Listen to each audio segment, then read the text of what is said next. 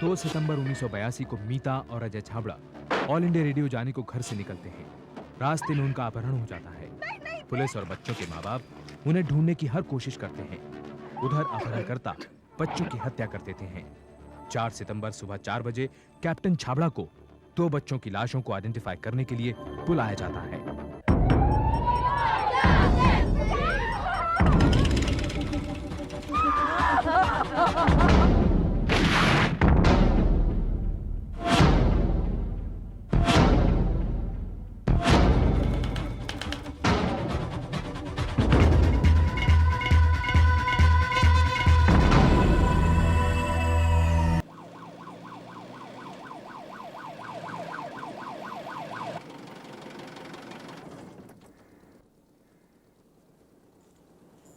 मेरा मन कहता है कि ये हमारे बच्चे नहीं होंगे।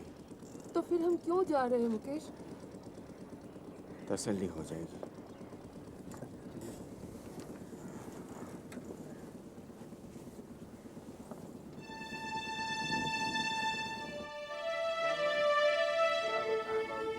हम रोज की तरह जिस तरह गैया चराने जा रहे थे, तुम यहीं रुको, मैं देख कर आता हूँ। नहीं, मैं भी चलूंगी। You stay here, तुम देख नहीं पाओगी। जरूरी थोड़ी है कि हमारे अजय और मीता होंगे।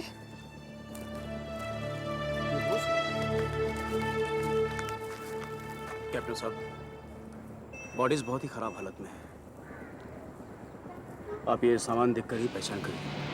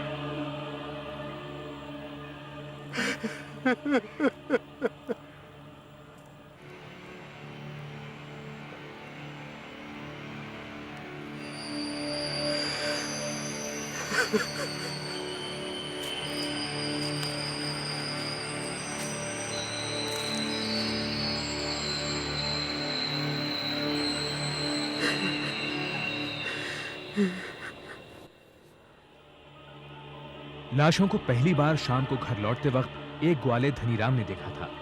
उसने उसी रात पुलिस को खबर कर दी। मीता के बदन पर चाकू के 4 घाव थे और अजय के शरीर पर 20। लाशें बुरी तरह सड़ चुकी थीं।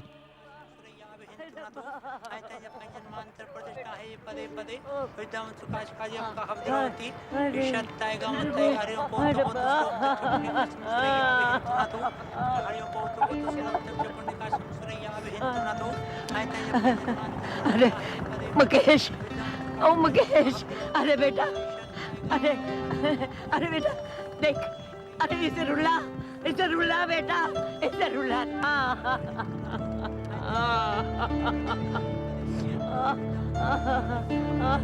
आय रब्बा,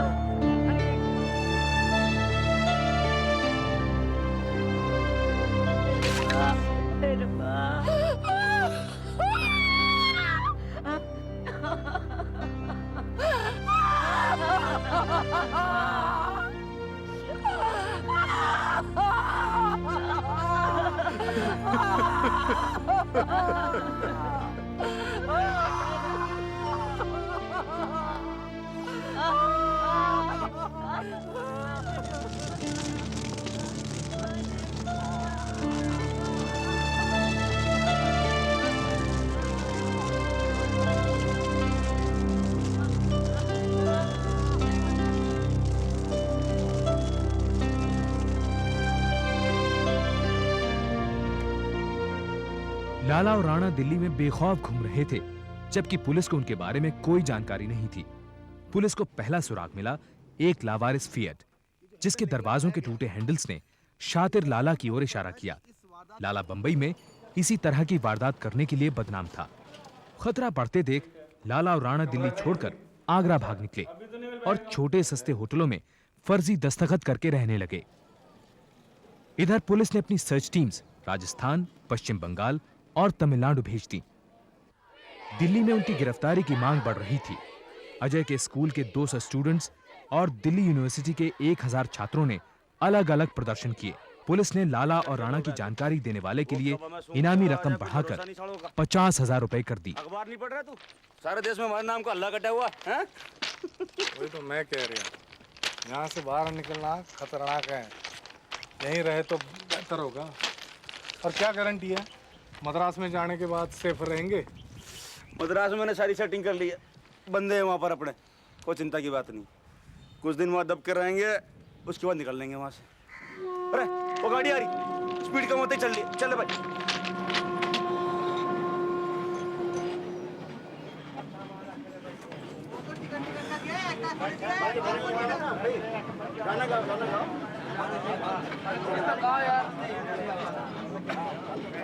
ओए किथे बड़ा आ रहा है? वो तुम्हें पता नहीं आर्मी तो कंपार्टमेंट है। भी तो फौजी हैं। अरे बेस कहाँ तेरा? रेजिमेंट कौन सा है? बोल। लीव वारंट दिखा दे फिर। वो तो गुम हो गया लीव वारंट तो। वो आई कार्ड तो होगा तेरे कोल, आई कार्ड कट। अरे यार ये तो लाला राणा है। अरे भाई तू लाला राणा है ना? राणा है तू? नहीं। अरे तुम दोनों लाला राणा हो। अरे झूठ मत बोलो, तुम लाला राणा है। दिखाओ अपनी तस्वीर। हम लाला राणा नहीं। अरे सूबेदार साहब, सूबेदार साहब, ये लाला राणा है। वो फाड़ के रखो जवानों।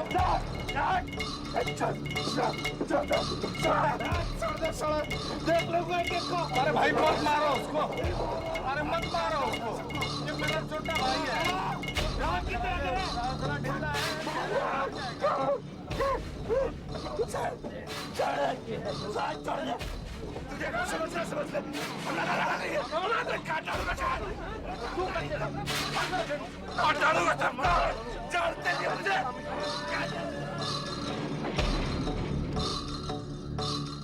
ट्रेन के नई दिल्ली रेलवे स्टेशन पर पहुंचने के साथ साथ ये खबर भी पहुंच गई कि लाला और राणा पकड़ लिए गए हैं। स्टेशन पर सैकड़ों लोग जमा हो गए। तनावपूर्ण माहौल को संभालने के लिए वहां भारी तादाद में पुलिस भी मौजूद थी। बहुत नानुकुर के बाद लाला और राणा ने अपनी असली पहचान कबूल की, मगर मेट्रोपॉलिटन मजिस्ट्रेट के सामने आइडेंटिफिकेशन परेड में शामिल होने से इनकार कर दिया, जिस पर उन्हें पुलिस रिमांड में भेज दिया गया। क्यों रे, तू बयान देना चाहता है? लाला और राणा ने मेट्रोपॉलिटन मजिस्ट्रेट और पुलिस के सामने इकबालिया बयान दिया। उन्होंने पुलिस को कृपाण खरीदने की जगह से लेकर तलवार छिपाने की जगह तक वारदात की हर बात तफसील से बताई। बम्बई से दिल्ली आए हुए हमें 2 दिन गुजर चुके थे। हम किसी ऐसे आसामी की तलाश में थे जिसे उठाकर मोटी फिरौती वसूल कर सके। इकबालिया बयान के दौरान केस ने एक अजीब मोड़ लिया, जिसमें राणा ने लाला को हत्या का दोषी बताया और लाला ने राणा को हत्या का जिम्मेदार ठहराया। उस टाइम मैंने लाला को बहुत समझाया कि बच्चों को जाने दे, जाने दे, मैंने बोला, लेकिन लाला उसने हाथ से इशारा कर दिया कि बच्चों को तो खत्म करना है। लाला बोला, जिंदा से बोले हैं ये सांप के बच्चे।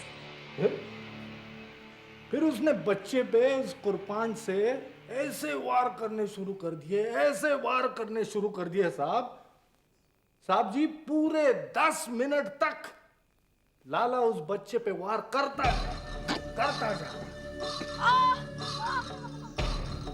राणा अजय को झाड़ियों में ले गया एक किनारे पे खत्म करने के लिए। छोरे को निपटाने के बाद राणा कार के पास वापस लौटा। बड़ा उतावला हो रहा था वो। बोला, छोरी अकेली है।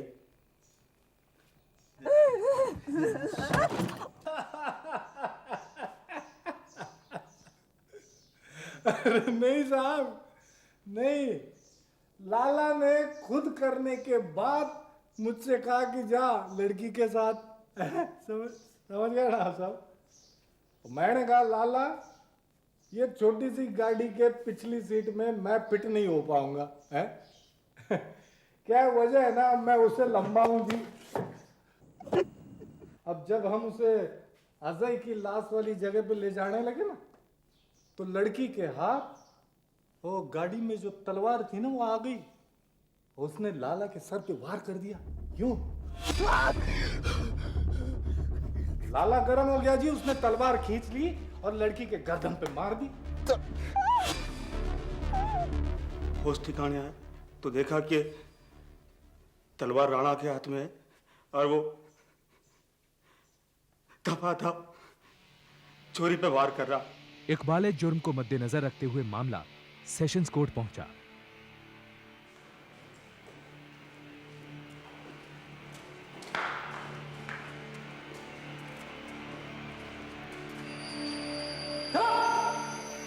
जज के सामने लाला और राणा ने दावा किया कि पुलिस ने उन्हें मारपीट कर जबरदस्ती गुनाह कबूल करवाया था।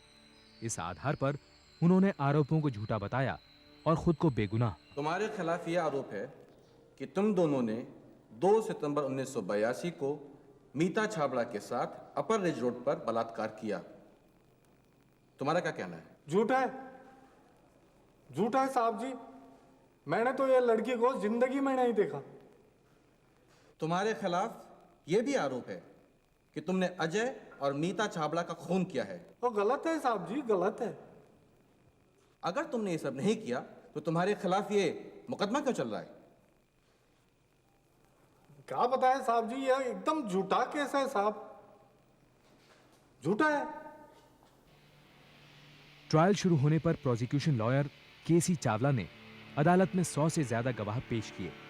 उनमें धनीराम, जिसने लाशों को पहली बार देखा था, और लाला और राणा को पकड़वाने वाले सेना के जवान भी शामिल थे। प्रोसिक्यूशन का सबसे अहम गवाह था मंजीत सिंह। जब तक मैं फिएट कार का पीछा करता रहा, बच्चे मुझे यह बताने की बहुत कोशिश कर रहे थे कि गड्डी किस तरफ जा रही है। Thank you. That's all your honour. Your witness please. Mister Singh, वो दोनों आदमी जो उस दिन बच्चों के साथ कार पे थे, क्या आज इस समय अदालत में मौजूद हैं? जी, ज्यादातर तो मैं गड्डी के पीछे ही रहा, इसलिए मैं ड्राइवर और उसके साथी को ठीक से देख नहीं सका। मैंने तो सिर्फ बच्चे नजर आ रहे थे। That's all milord. क्यों बार बार मुझे टॉर्चर कर रहे हैं? मैं सबके सामने नहीं कह पाऊंगा। देखिए, जब तक आप खुद नहीं बोलेंगे कि उन दोनों ने मिलकर आपकी बेटी के साथ रेप किया है, तब तक मैं ये इशू कोर्ट में कैसे उठा सकता हूं? Please captain Chhabra, please. हमारे पास कोई मेडिकल प्रूफ नहीं है कि आपकी लड़की के साथ रेप हुआ है। आपको अपनी विटनेस में ये क्लियरली मेंशन करना होगा कि उन दोनों ने मिलकर आपकी बेटी के साथ। एक बाप के सामने उसकी बेटी के बारे में कैसे कह सकते हैं साहब? Isn't it enough that they killed both my children?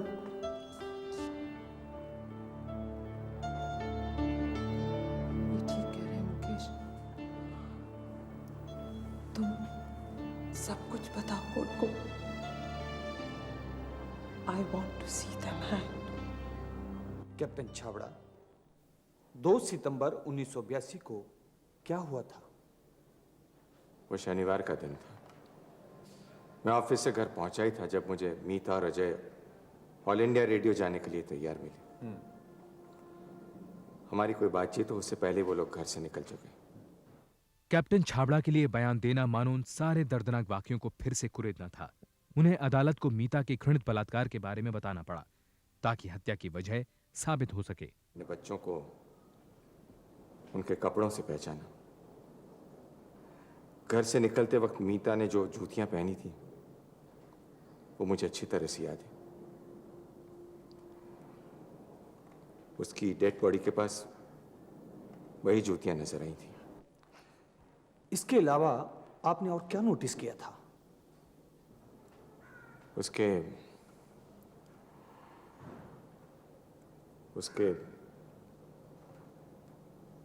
Undergarments वहां नहीं थे। मतलब आपकी लड़की किस हालत में थी?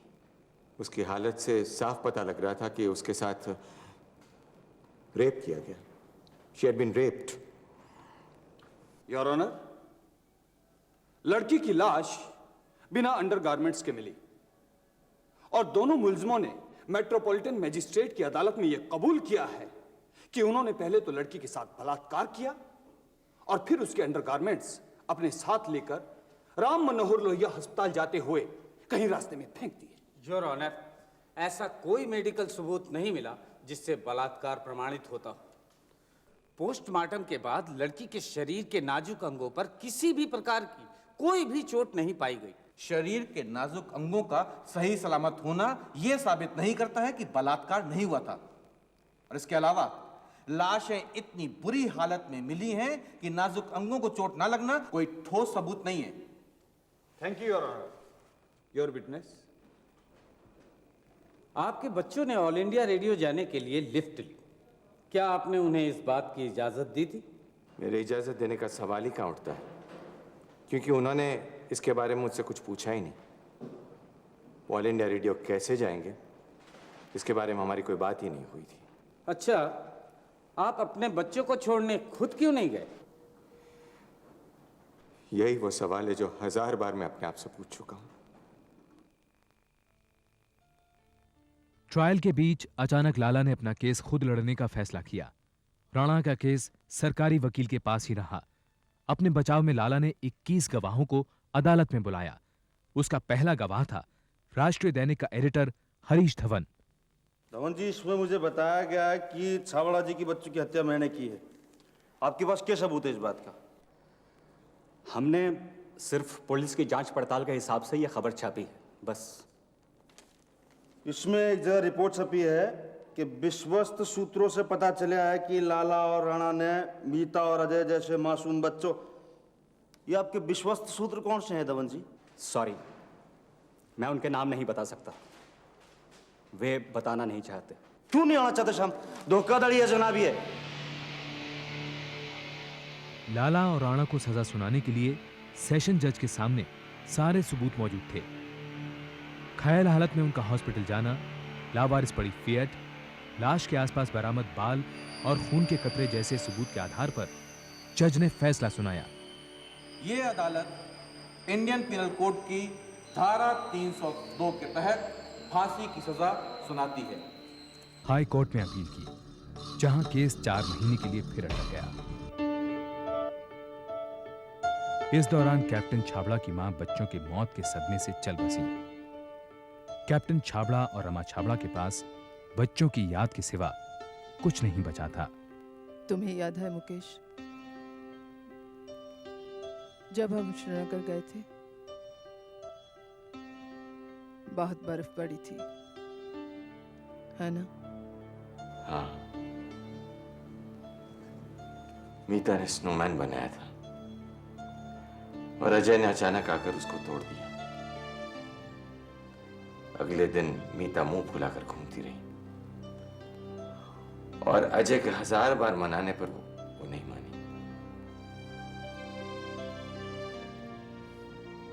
हमारे बच्चे बच सकते थे,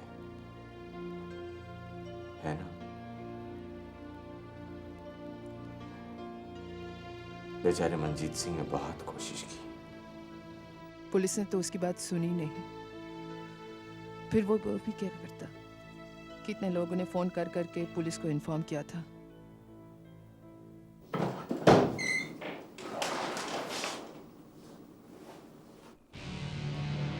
अंदर कैसे आ गया? हिम्मत कैसे हुई आपकी यहाँ आने की? आई एम सॉरी कैप्टन साहब। आप लोग अपने आप को समझते क्या हैं? दरअसल मैं आपसे ये कहने के लिए आया था कि हमारे बच्चों को मरे हुए आज 1 साल हो गया और उनके कातिल अभी तक जिंदा हैं। 1 पूरा साल हो गया है और हम अदालतों के चक्कर काट रहे हैं। ये देख रहे हैं? ये है अजय की कॉपी। होमवर्क आधा छोड़कर गया है वो। इतना सा तो था वो दोनों हार्डकोर क्रिमिनल्स। फिर भी मेरे बच्चे ने मुकाबला किया।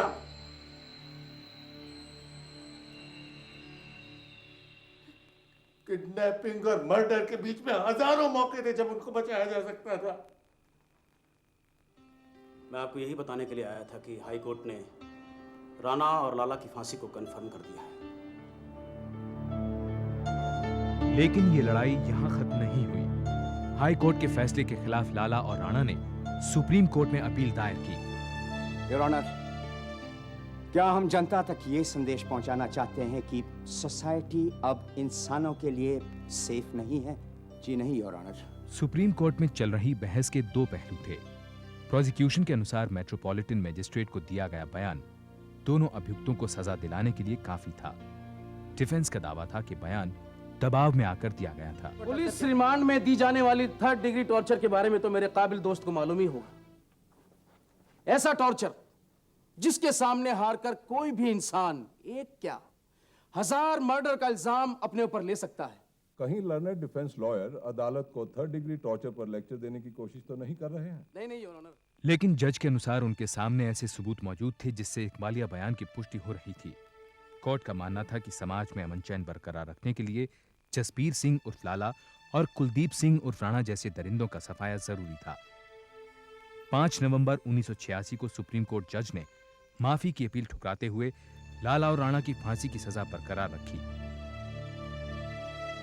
20 दिसंबर 1986 को मीता और अजय छाबड़ा की हत्या के 4 साल बाद लाला और राणा को उनके किए की सजा मिली। सुप्रीम कोर्ट की स्पेशल परमिशन से रमा और कैप्टन छाबड़ा ने उन्हें अपनी आंखों के सामने फांसी पर चढ़ते देखा।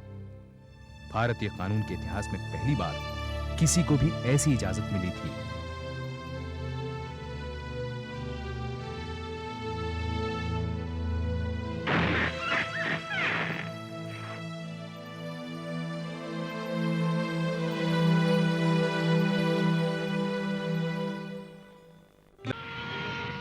हर साल बाहरी मुल्कों से अमीर अधेड़ आदमी हिंदुस्तान आते हैं जवान लड़कियों की तलाश में। पिछले 10 सालों में सिर्फ हैदराबाद में ही करीब 8000 ऐसे निकाह हुए हैं। अगस्त 1989 में मुस्तफा बादशाह हैदराबाद के करीबी शहर करीमनगर पहुंचा।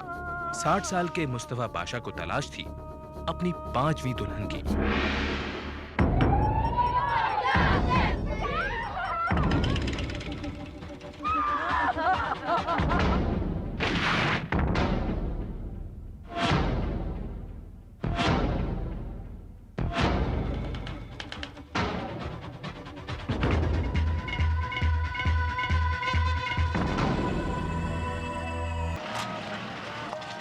एलबी नगर करीमनगर का एक बहुत गरीब और पिछड़ा हुआ इलाका।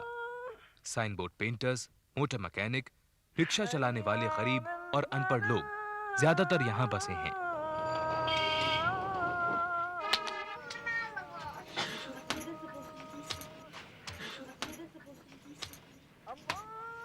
हुमा, हाजरा 11 बज रहे। कौन तो भी खाना बनाता समझे?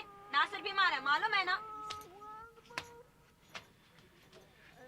पापा, अम्मी बुला रही है खाना बनाने। खाली मेरे को नहीं, तेरे को भी बुला रही है। चल। सबीना बी, अरे ओ सबीना बी, आजा, अम्मी है अंदर।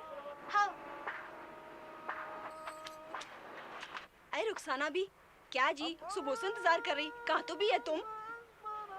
सबीना बेगम, बहुत अच्छी खबर लाई हूँ तुम्हारे लिए। क्या तो भी है? सबीना बेगम, मेरी बेटी की याद है ना? हाँ। शादी करने के बाद चली गई, अब कैसी खुश है। और वो मोती बी की बेटी फौजिया, उन्हें भी बाहर है, बड़े मजे में है। हाँ। और फौजिया का मर्द है ना मुस्तफा बादशाह, उन्हें वापस आया है। एक और करता कते कब तो भी आता उन्हें। मेहर कितना देता। हमारी हुमा पसंद तो आती ना उसको। कोई को पसंद नहीं आती जी। रुखसाना भी, उन्हें ठीक तो है ना? मतलब क्या सबीना भी, भरोसा नहीं तुमको मेरे पे? ऐसा ही चला लेती हूँ क्या मैं किसी को भी? हाँ, अब मोती बी की बेटी से भी निकाह कराई ना, और मैं खुद अपनी आंखों से देखी उनका कागजात, वो पासपोर्ट। नहीं नहीं रुखसाना भी, मैं तो ऐसे ही जरा बच्ची का मामला है ना, तो आप ला रही ना उनको? शाम को लाती हूँ ना। अनवर मियां को बोलो 7 बजे घर भेज रहे, मैं आ रही हूँ 7 बजे। हाँ। हुमा, तेरे लिए रिश्ता आया है। ए हाजरा रुक। तो फिर मैं आ रही हूँ 7 बजे, तैयार रहना। पासपोर्ट। हाँ पासपोर्ट। अरे मेरे को अरबी कहाँ आती मियाँ? अरे मेरे को आती ना, इधर दो। ओहो, सब लिखा है ना यहाँ, ये देखो यहाँ लिखा है इन्हों शादी करने आए, अपनी जोरू लेके जाते। अब जल्दी से लड़की दिखाओ। हुमा, चाय ला तो।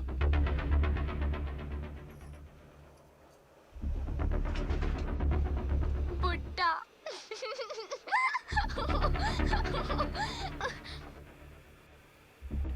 दूर जा बेटा। अने हाजी लाउसी पुहा। मुस्तफा बादशाह को हुमा पसंद नहीं है।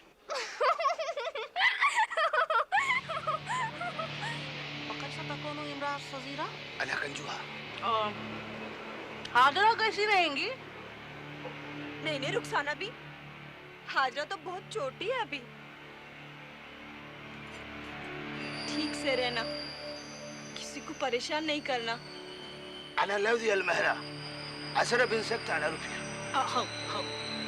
देखो अनवर मियाँ, मेयर पे आनाकानी नहीं करनी। 6000 से 1 पैसा ज्यादा नहीं देते उन्होंने। हाँ, तुमको हर महीने भेजते कुछ और नौकरी भी तो दिलाते। क्या भरोसा नहीं है तुमको हम लोगों पे?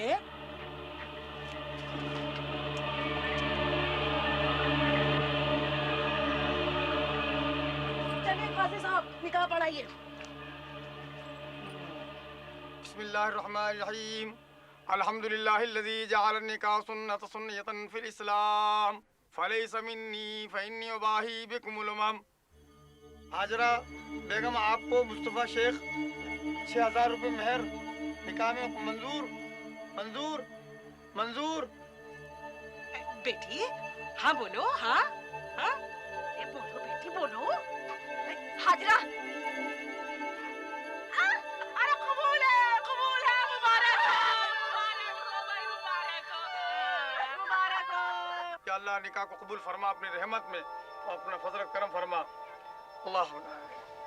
अरे अरे रोते ना, रोने को नहीं है ना। निकाह के 2 दिन बाद मुस्तफा बादशाह ने दिल्ली की फ्लाइट ली। दिल्ली में उसे हाजरा के लिए वीजा लेना था, क्योंकि वो हाजरा को अपने मुल्क ले जाना चाहता था। ठीक से रहे, किसी को परेशान नहीं करना। वो तेरा फर्ज है, निकाह हुआ तेरा उससे। हाजरा ताले हुना हाजरा। खाविंद इसमें मुस्तफा बादशाह। सजा हाजरा ताले हुना। क्या हुआ? क्या बात है, रो क्यों रहे हो? माता हसन, बताओ ना क्या बात है? मेरे को घर जाना है। अच्छा, और कौन कौन है तुम्हारे साथ? मेरे साथ ये बुड्ढा है, मेरा निकाह हुआ इसके साथ। इसके पास बहुत पैसा है कते, लेकिन मेरे को नहीं जाना इसके साथ। Excuse me, is this girl with you? अला हिंदी अला अंग्रेजी अला अरबी। निकाल। इसमें तो लिखा है कि 32 साल की हाजरा का 60 साल की मुस्तफा बादशाह के साथ निकाह हुआ है। ये लड़की आपको 32 साल की लगती है? Excuse me, ladies and gentlemen. I need your help. This is a child bride. ये आदमी इसको जबरदस्ती यहाँ से ले जा रहा है। I have to save this girl. I have to help this little girl. I need your help, please. अरबी। हम दिल्ली एयरपोर्ट पे हैं, एक किडनैपिंग केस है। पायलट ने एयरक्राफ्ट से ही दिल्ली पुलिस को कांटेक्ट कर लिया था। दिल्ली पुलिस ने इंडियन पीनल कोड की दफा 363 और 366 के तहत एक नाबालिग के अपहरण और उसे जबरदस्ती निकाह करने के जुर्म में मुस्तफा बादशाह को गिरफ्तार किया। उसका पासपोर्ट जब्त कर लिया गया और उसे मैजिस्ट्रेट के सामने पेश किया गया। हाजरा को अपने साथ रखने की सोनाली की लाख मिन्नतों के बावजूद उसे नारी निकेतन भेज दिया गया। 10 साल की हाजरा के इस दयनीय हाल पर सोनाली का मन पिघल गया। उसी वक्त उसने उसे गोद लेने की ठान ली। अकेली 30 वर्षीय सोनाली के जीवन को जैसे एक मकसद मिल गया।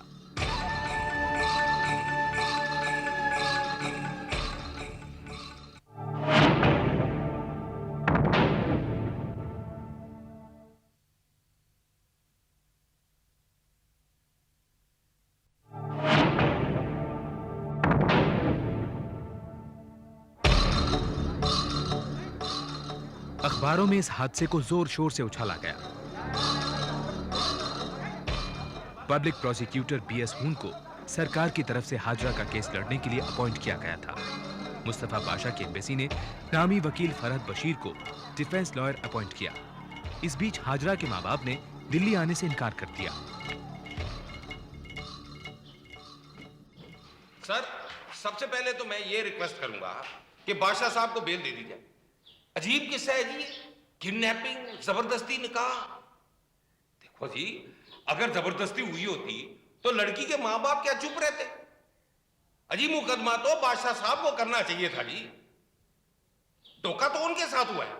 बालिहाजा लामा सकत अबू वाइश, वल्किन धोखा धोखा कैसा बशीर साहब? सर, दिखाई 30 साल की औरत, निकाह किया 10 साल की बच्ची से। अब ये धोखा नहीं तो और क्या है सर? योर ऑनर, ये है निकाह की तस्वीर। इसमें लड़की को साफ साफ देखा जा सकता है। मुस्तफा बादशाह का ये कहना कि उनके साथ धोखा हुआ है सरासर गलत है। निकाहनामे पर कहीं भी हाजरा के माँ बाप के दस्तखत नहीं है और उसकी मेडिकल रिपोर्ट के मुताबिक उसकी उम्र 13 और 16 साल के बीच है। वो कहीं भी किसी भी तरीके से 32 साल की नहीं लगती है। लेकिन सर इस मेडिकल रिपोर्ट से ये भी तो पता चलता है कि मेरे क्लाइंट के इस लड़की के साथ कोई जिस्मानी ताल्लुक नहीं थे। उसने इस लड़की को हाथ तक नहीं लगाया सर। और इस मेडिकल रिपोर्ट से यह भी पता चलता है मिस्टर बशीर कि आपका क्लाइंट ऐसा कुछ कर ही नहीं सकता था। Your client is important, isn't he? माज़ा तक़ूल फाजराना अला हज़ाल क़ौल। योर ऑनर, अब सवाल ये उठता है कि जो आदमी शादीशुदा जिंदगी का सुख भोग ही नहीं सकता, वो एक नहीं बल्कि 5-5 निकाह क्यों करेगा? वो इसलिए योर ऑनर कि मुस्तफा बादशाह का असली काम यही है, नाबालिग लड़कियों से निकाह कर उन्हें अपने मुल्क ले जाकर बेचना। और ये शख्स कहता है कि उसके साथ धोखा हुआ है। हाजरा, तुम बताओगी ये सब? ये आदमी कौन है और तुम्हारे साथ क्या हुआ? हाजरा, तुम यहां बिल्कुल महफूज हो। बताओ हाजरा, तुम्हारी उम्र क्या है? 10 साल। जुमेरात के दिन मेरी अम्मी मेरा निकाह उस बुड्ढे से कर दी। हाजरा ने साफ साफ कह दिया कि निकाह उसकी मर्जी के खिलाफ हुआ था। पर फरहद बशीर का कहना था कि निकाह मुस्लिम पर्सनल लॉ 1937 के हिसाब से हुआ था, जिसके तहत किसी नाबालिग की मर्जी जरूरी नहीं है और इसलिए मुस्तफा बादशाह को आईपीसी के तहत सजा नहीं सुनाई जा सकती। उधर प्रोसिक्यूशन का कहना था कि Muslim personal law child marriage restraint act से बड़ा नहीं माना जा सकता। योर ऑनर, यहां मुद्दा मुस्लिम पर्सनल लॉ या शरीयत नहीं है। यहां मुद्दा है नाबालिग लड़कियों के खरीदने और बेचने के इस व्यापार का। यह पहली बार नहीं है कि मुस्तफा बादशाह ने किसी नाबालिग से निकाह किया हो। सन 1988 में इन्होंने फौजिया नाम की एक लड़की से निकाह किया और 2 महीने बाद यह कहकर उसे छोड़ दिया कि उसे कैंसर।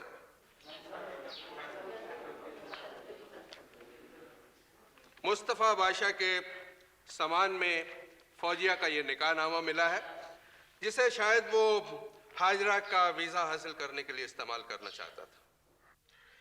योर ऑनर, वैसे भी मुस्लिम पर्सनल लॉ हिंदुस्तानी मुस्लिमों के लिए है और मुस्तफा बादशाह हिंदुस्तानी नहीं है। वो हिंदुस्तानी है जी, वो हिंदुस्तान में रहता है। मैंने उसका पासपोर्ट देखा है। इसका पासपोर्ट किसी मिडिल ईस्टर्न कंट्री का है। Sir, this girl has been coached by the police and others. Please don't listen to her.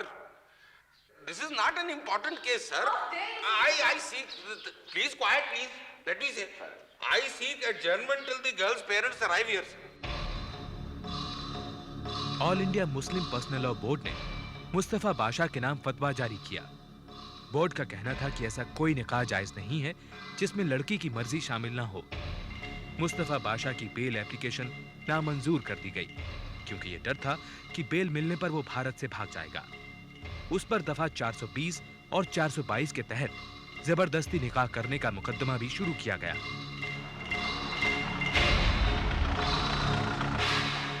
और हाजरा के माता पिता को इस जुर्म में हिस्सेदार माना गया। उधर हाजरा ने कह दिया कि वो सोनाली सिंह के साथ रहना चाहती है। जब वो करीम नगर से दिल्ली आने में 17 दिन क्यों लगे? क्या आपको पहले नहीं आना चाहिए था? क्या आप अपनी बेटी के बारे में जानते नहीं थे? सुनो मियाँ, मेरे को 7 बच्चे, अगर एक एक के पीछे घूमूं तो कट गई ना मेरी जिंदगी। कैसे तो भी आता मैं, कैसे तो भी आता। करीम नगर से दिल्ली आने को पैसे लगते, मालूम ना, पैसे लगते। क्या आप अपनी बेटी से मिलना नहीं चाहते थे? आंटी, मेरे को बहुत डर लग रहा है। सोनाली ने अथॉरिटीज को धमकी दी थी कि अगर उसे हाजरा की कस्टडी नहीं दी गई तो वो भूख हड़ताल करेगी। उसे देश विदेश से काफी सहयोग मिल रहा था। दिल्ली की एक इस्लामिक संस्था ने तो उसे एक अवार्ड भी दिया। पर अफवाह ये भी थी कि सोनाली पूरे माहौल का फायदा उठा रही है, नाम और पैसा कमाने के लिए।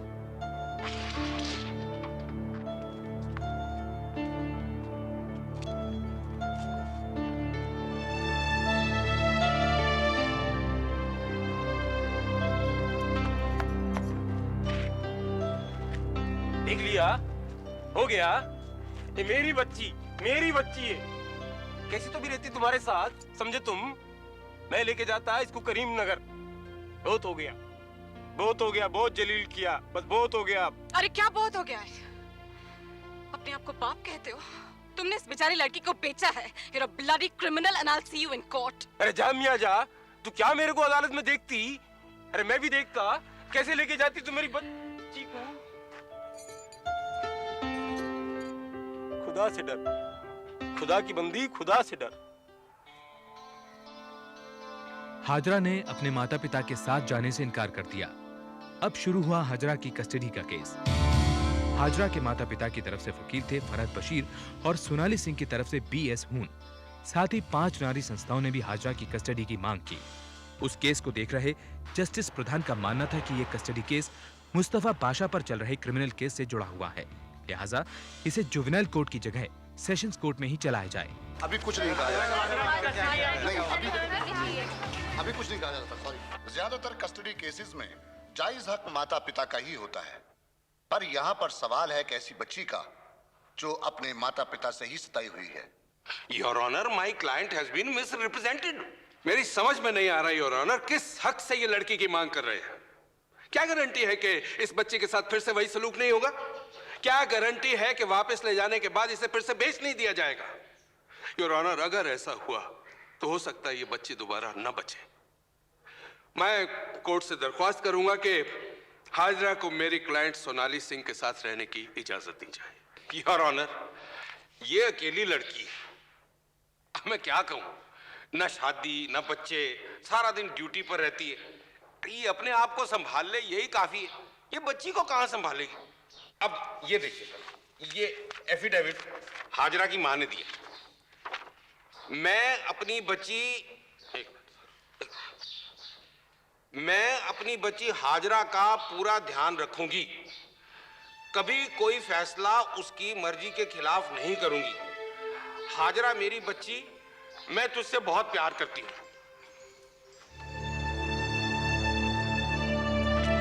वैसे भी योर ऑनर, ऐसे केसेस में फैसला मुस्लिम पर्सनल लॉ के हिसाब से होता है और मुस्लिम लॉ के तहत किसी नाबालिग मुस्लिम लड़की को किसी दूसरे मजहब वाले के साथ नहीं रखा जा सकता। ये सब इसकी वजह से। देख, नासिर को अब भी बुखार, पर ऐसे में भी हम लोग तेरे को लेने आए ना, और यहाँ आए तुम्हारे कोर्ट के चक्कर। Excuse me, Your Honor. अगर ये मामला सिर्फ हिंदू मुस्लिम का है तो मैं अपना मजहब बदलने को तैयार हूँ। मैं इस्लाम कबूल करने को तैयार हूँ। प्लीज योर ऑनर, इस लड़की को किसी भी हालत में इसके माँ बाप के साथ नहीं भेजना चाहिए। She is not safe there. ठीक है, पर कोई भी फैसला करने से पहले मैं इस लड़की से अकेले में बात करना चाहूंगा।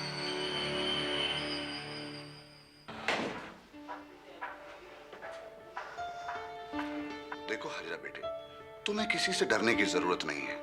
तुम हमें बताओ कि तुम क्या चाहती हो। मैं क्या तुम्हारा निकाह तुम्हारी मर्जी से हुआ था? मेरे को कुछ नहीं मालूम। आप मेरी अम्मी अब्बू को बुलाइए, उन लोग आज बोलते सब कुछ। अच्छा।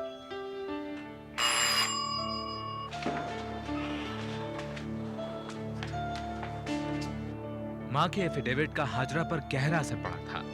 अब वो सिर्फ अपने माँ बाप के साथ रहना चाहती थी। उसने उन पर लगाए सारे इल्जाम वापस ले लिए। सब कुछ मेरी मर्जी से ही हुआ। अब मेरे को घर जाना है, बस। लेकिन बेटा, तुमने तो पुलिस और सोनाली आंटी से कहा था कि तुम्हारे साथ जबरदस्ती हुई है। झूठ बोली मई।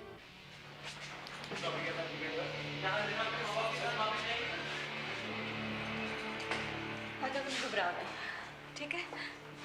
मैं तुम्हारे माँ बाप को तुम्हें कहीं नहीं ले जाने दूंगी। वो नहीं जानते वो तुम्हारे साथ क्या कर रहे हैं। तुम जानती हो तुम क्या कर रही हो? हमारा भाई 10 दिन से बीमार है, मालूम तुमको? पूरा दिन भूखा रहना कैसा लगता है, मालूम तुमको? हमारे 4 साल के भाई को मालूम है। अब मेरे को नको तुम। मैं अपने हाजरा। सेशंस कोर्ट का फैसला था कि हाजरा को अगले 3 महीनों तक नारी निकेतन में ही रहना पड़ेगा। उसके माता पिता को उसकी कस्टडी नहीं दी गई क्योंकि उनके खिलाफ अपनी ही बेटी को बेचने जैसे इल्जाम थे। हाजरा को सोनाली सिंह के हवाले भी नहीं किया गया क्योंकि वो सिर्फ अपने माता पिता के साथ ही रहना चाहती थी। बहुत से नारी संस्थानों ने इस फैसले के खिलाफ हाई कोर्ट में अपील की। हाई कोर्ट ने हाजरा को उसके माँ बाप के पास वापस भेजने का फैसला सुनाया। 16 जून 1990 को हाजरा को वापस करीमनगर भेज दिया गया।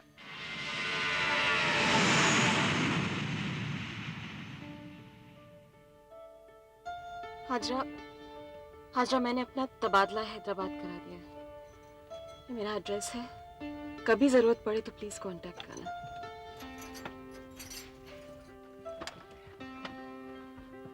बाय।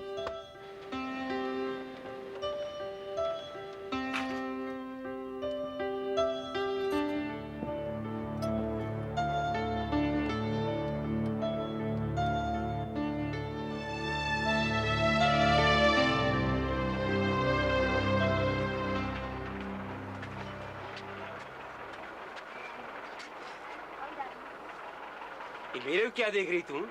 पिंजरे में नहीं जा रही, घर है तेरा, अंदर चल।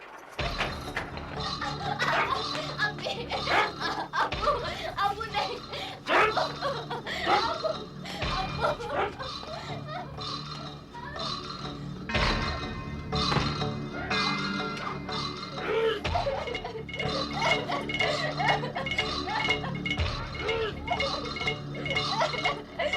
हाजरा के जाने के बाद प्रेस और मीडिया भी इस केस को भूल गए। जून 1991 में मुस्तफा बाशा, जो जमानत पर छूटा हुआ था, भारत से फरार हो गया और उस पर चल रहे केस को बंद कर दिया गया। 4 साल बाद अदालत ने हाजरा के माता पिता को 2000 रुपए जुर्माना और चेतावनी